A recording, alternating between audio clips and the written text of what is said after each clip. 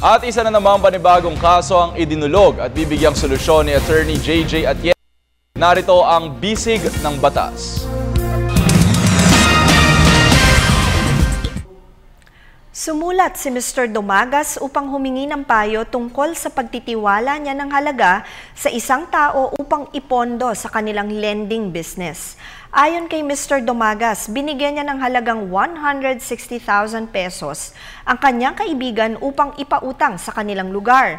Ang kasunduan nila ay hati sila sa interes na kikitain nila mula sa kanilang lending business. Subalit mahigit isang taon na ang lumipas pero ni isang kusing ay walang inintrega kay Mr. Dumagas ang kanyang kaibigan.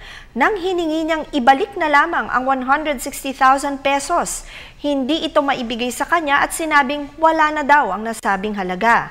Sinubok daw ni Mr. Dumagas na singilin ng kaibigan, subalit talagang hindi daw siya pinapansin na nito kahit pabigyan ito ng demand letter. Ano daw ba ang maaari niyang ikaso sa taong nanloko sa kanya? Mr. Dumagas, maaari po kayong magsampa ng reklamo sa piskalya para sa estafa. Kinakailangan po complaint affidavit.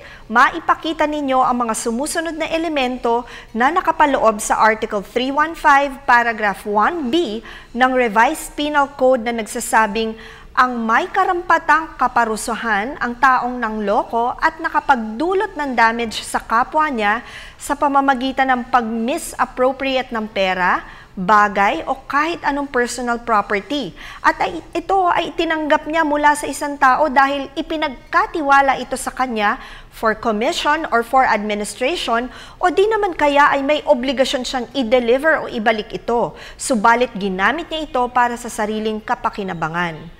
Matapos ang proseso sa piskalya ay matagpuan na may probable cause na nag-commit nga ng estafa ang inyong kaibigan, maaari nang isulong ng piskal na may hawak na kaso ang inyong reklamo patungo sa korte at doon na po magkakaroon ng pagdinig o hearing tungkol dito.